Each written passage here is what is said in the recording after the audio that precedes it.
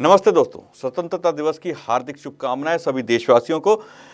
दोस्तों, हमारे देश की स्वतंत्रता के लिए हजारों लोगों ने अपने प्राण न्यौछावर कर दिए। लोग हंसते हंसते फांसी चढ़ गए। लेकिन इस दौरान एक ऐसी शक्ति थी, एक ऐसी विचारधारा थी जो नए स्वतंत्रता सेनानी रोज पैदा कर रही थी। भले ही वो भगत सिंह हो, चंद्रशेखर आजाद हो, बिस्मिल हो या करतार सिंह सराभा हो। पूरी दुनिया में कहीं भी भारत का स्वतंत्रता संग्राम का आंदोलन जब चल रहा था या उसके बारे में चर्चा होती थी, तो वहाँ पर एक ना एक ऐसा व्यक्ति जरूर मौजूद होता था जो उस विचारधारा से जुड़ा हुआ था, और वो विचारधारा थी आर्य समाज की। आखिर आर्य समाज का स्वतंत्रता संग्राम में क्या और कितना महत्वपूर्ण योगदान रहा, इस पर आज हम चर्चा करेंगे। आज हमारे साथ मौजूद हैं वरिष्ठ आर्य समाज के नेता और समाज सेवी श्री प्रकाश आर्य जी। प्रकाश जी, आपका बहुत बहुत स्वागत है हमारे इस कार्यक्रम में। प्रकाश जी, आपसे जानना चाहेंगे कि स्वतंत्रता संग्राम का जो ये आंदोलन चला पूरी दुनिया में, कह सकते हैं हम, क्योंकि अमेरिका में, इंग्लैंड में भी बहुत सारे लोग ऐसे थे जो भारतीय स्वतंत्रता संग्राम के लिए काम कर रहे थे। सुभाष चंद्र बोस पूरी दुनिया में घूमे। इस तरह से बहुत लोग थे जो जगह जगह पर स्वतंत्रता संग्राम के लिए अलग जगाते रहे। लेकिन वो कौन सी ज्योति आर्य समाज ने जगाई, या वो क्या शक्ति थी जिसके कारण कहीं ना कहीं हर जगह पर आर्य समाज मौजूद था, आर्य समाज ने अपनी छाप छोड़ी। तो इस बारे में थोड़ा सा आप चर्चा में आज हमें बताइए कि ये आरंभ कैसे हुआ। धन्यवाद शर्मा जी। बहुत ही ज्वलंत समस्या और आज समाज के सामने है कि स्वतंत्रता में दो प्रकार के नाम हमारे सामने आते हैं।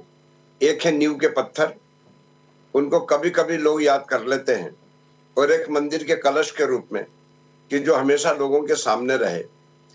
इन सब की पृष्ठभूमि में यदि देखा जाए तो प्रथम उद्घोषक के रूप में यदि किसी का नाम आता है, केवल एक आर्य समाजी होने के नाते मैं बात नहीं कह रहा हूं।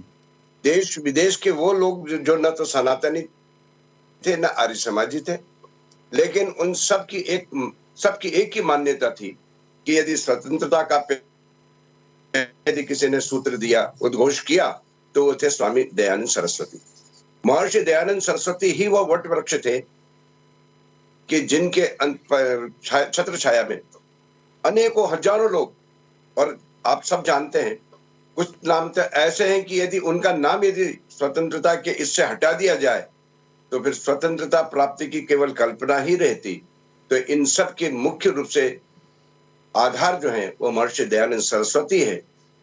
उनकी प्रेरणा, उनके विचार से ही अनेक लोग आर्य समाज के जो थे वो जुड़े। न केवल आर्य समाज के, अभी तो अनेक लोग जो आर्य समाज के सदस्य भले ही ना हो, किंतु आर्य समाज की इस विचारधारा से वो समझ चुके थे कि ऋषि ने जो कार्य किया, जो ऋषि ने जो हमें संदेश दिया है, निश्चित रूप से स्वराष्ट्र के लिए एक बहुत महत्वपूर्ण श्रेष्ठ है।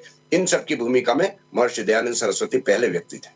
जी, मैं आपसे जानना चाहूँगा, आखिर हम देखते हैं स्वामी दयानंद जी को आपने बताया कि वो एक पहले व्यक्ति, प्रमुख व्यक्ति थे जिन्होंने इस तरह का ये कहा कि स्वतंत्रता संग्राम में उन्होंने भाग लिया, लोगों में अलख जगाई, और बहुत सारे जो स्वतंत्रता सेनानी थे जिनको आज हम ये मानते हैं कि उनके बदौलत ही आज हमारे देश को स्वतंत्रता मिली। मैं आपसे एक चीज़ जानना चाहूँगा कि आखिर वो क्या कारण रहे कि स्वतंत्रता संग्राम में बहुत सारे ऐसे पार्टियों, बहुत सारे ऐसे संगठनों के नाम तो आए जो आज दावा करते हैं कि हम स्वतंत्रता में थे शामिल। आर्य समाज का नाम क्यों कम हो गया? क्या कारण रहा उस समय के जो आर्य समाज से जुड़े जो नेता, या उस समय के जो आर्य समाजी व्यक्ति जो स्वतंत्रता संग्राम से जुड़े थे, उन्होंने क्या इसको आर्य समाज से नहीं जोड़ा, या उन लोगों को पता ही नहीं चला कि आर्य समाज से जुड़ा हुआ था चीज? इसके दो कारण हैं। प्रमुख कारण तो ये, पहले तो मैं यह बताना चाहता हूं कि बहुत संसार में बहुत से विद्वान हुए, महर्षि हुए, ऋषि हुए, सन्यासी हुए, संत हुए, लेकिन महर्षि दयानंद के ही दिमाग में स्वतंत्रता की बात क्यों आई, पहले मैं इसको स्पष्ट थोड़ा क्लियर करना चाहता हूँ। जी।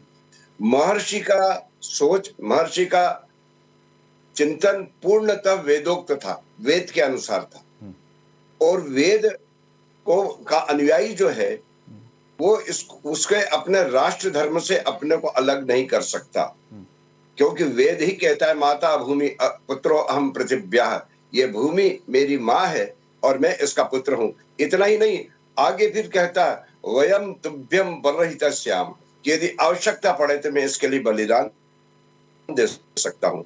हम रात दिन सुनते हैं आ ब्राह्मण ब्राह्मणो ब्रह्म वर्चसी, वेद के इस मंत्र को, जिसमें राष्ट्र की ही बातचीत की है। तो महर्षि दयानंद के चिंतन जो था वो धार्मिक था और धर्म में ही राष्ट्र की बातचीत की है। इसलिए महर्षि ने इस बात को धर्म और राष्ट्र को दोनों को साथ में जोड़ते हुए कहा कि राष्ट्र के लिए कुछ करना हम प्रत्येक का धर्म है।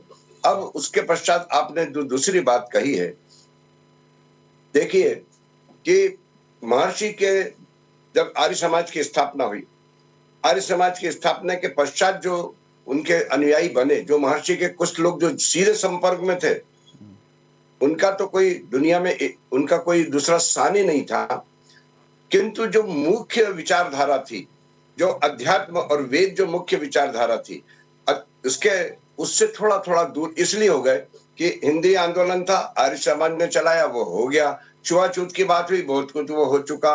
राष्ट्र के प्रति जो करना था वो कुछ हो चुका। तो लोगों ने समझा कि बहुत कुछ का इसके ऊपर नियम कानून बना दिए, इसलिए अब हमारी कुछ इतनी आवश्यकता नहीं है। इस विचारधारा से थोड़ा थोड़ा दूर हुए।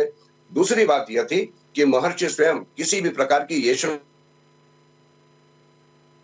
थे, लोकेशना तो बिल्कुल भी नहीं थी, इसलिए वो एक मौन साधक के रूप में राष्ट्र के लिए जो वो कर सकते थे वो करते रहे। और उनका यह था कि मेरे नाम से बहुत कुछ नहीं होना चाहिए, मेरे पश्चात भी मेरे लिए बहुत कुछ ऐसा कोई बड़े बड़े वो ना बनाए जाए ताकि मेरा नाम हो। तो उस विचारधारा को आर्य समाजियों ने भी कहा कि भाई काम करते चलो, काम करते चलो, नाम की हमें आवश्यकता नहीं है। तो उस लाइन पर भी जब चले तो छोटी छोटी सी संस्थाएं काम तो थोड़ा करती है लेकिन खूब प्रचार कर लेती है। लेकिन आर्य समाज अपने जो ऋषि है उनके पद चिन्हों पर चलते हुए काम तो बहुत बड़े बड़े किए आर्य समाज ने, समाज के राष्ट्र के कुरीतियों को दूर करने के प्रचार की तरफ उसका ध्यान नहीं दिया, इसलिए जन सामान्य के बीच में आर्य समाज का वो थोड़ा नाम कम हुआ। लोग एक व्यक्ति विशेष को ही जो सामने चेहरा मान लेते हैं। महर्षि स्वामी दयानंद ने जो अपनी विचारधारा वेदों के जरिए एक तरह से डेवलप की देश के लिए, जैसा कि अभी प्रकाश जी ने बताया, उस विचारधारा ने हमारे देश के कई लोगों को प्रेरित किया। हम राम प्रसाद बिस्मिल की बात कर लें, हम सरदार भगत सिंह की बात करें, उनका पूरा परिवार आर्य समाज से जुड़ा रहा। हम चंद्रशेखर आज़ाद की बात कर लें, वे खुद आर्य समाज से जुड़े रहे। तो इस तरह के बहुत सारे लोग थे। इसके अलावा बहुत सारे अनजान ऐसे लोग थे जिन्होंने बलिदान दिया। हैदराबाद आंदोलन, हिंदी आंदोलन की बात की इन्होंने अभी, इस प्रकाश जी ने, बहुत सारे आंदोलन चले जिनमें आर्य समाज से जुड़े हुए पूरे के पूरे संगठनों ने कार्य किया और जीत प्राप्त की। अगर हम बात करते हैं इंडिया हाउस की, जो कि विदेश में था और बहुत सारे करतार सिंह सराभा जैसे लोग वहाँ पहुँचे, वो भी आर्य समाज से जुड़ा हुआ एक तरह से विचारधारा के कारण ही वहाँ पर स्थापना की गई। तो आर्य समाज ने इस देश की आज़ादी के लिए कई जगहों पर अपना योगदान दिया और आर्य समाज की जो विचारधारा थी वे धीरे धीरे लोगों के मनों में अंग्रेज़ी शासन के लिए एक ऐसा आंदोलन पैदा कर रही थी कि उन्होंने मिलकर अंग्रेज़ों को बाहर निकालने में पूरा जोर लगाया। आज कोई भी पार्टी इस बारे में कह सकता है, कोई भी राजनीतिक दल ये कह सकता है कि उनके राजनीतिक पार्टी से जुड़ा हुआ वो व्यक्ति हो सकता है, लेकिन कहीं ना कहीं वो व्यक्ति इसलिए इस देश की जो स्वतंत्रता के आंदोलन में कूदा क्योंकि उसके मन में जो महर्षि दयानंद ने जो अलख जगाई, सत्यार्थ प्रकाश ने जो अलख जगाई, उस सब चीज़ों के चलते एक तरह से आज हम आर्य समाज के योगदान को याद कर सकते हैं, देख सकते हैं इस स्वतंत्रता के उपलक्ष्य में। प्रकाश जी, आप हमारे साथ जुड़े, आपका बहुत बहुत धन्यवाद। दोस्तों, स्वतंत्रता दिवस के आज मौके पर मैं बस इतना ही कहूँगा कि हम सब इस देश की रक्षा और इस देश की प्रभुसत्ता और अखंडता के लिए सदा हमें आगे रहना चाहिए और आशा करनी चाहिए कि हम वो कार्य करें, वो विचार लोगों तक पहुंचाएं, महर्षि दयानंद के विचारों को लोगों तक पहुंचाएं, ताकि जो शक्तियां, जो विचार आज हमारे देश को खोखला करने पर जुटे हुए हैं, वो सभी किसी ना किसी तरह से उनको हम दबा सकें, उन्हें ख़त्म कर सकें। भले ही पूरी तरह से हम उन्हें ना दबा सकें, लेकिन महर्षि दयानंद के विचारों को अगर हम उन तक पहुंचाएंगे तो कहीं ना कहीं वो युवा पीढ़ी, वो लोग सोचने पर ज़रूर मजबूर होंगे कि आखिर जो पश्चिमी सभ्यता या अन्य जो वामपंथी शक्तियां हैं, उनके जो विचारों के कारण जो भी नुकसान हमारे देश को हो रहा है, वो कहीं ना कहीं उससे हम बच पाएंगे। दोस्तों, आज मुझे आज्ञा दीजिए। नमस्ते। कल फिर मुलाकात होगी।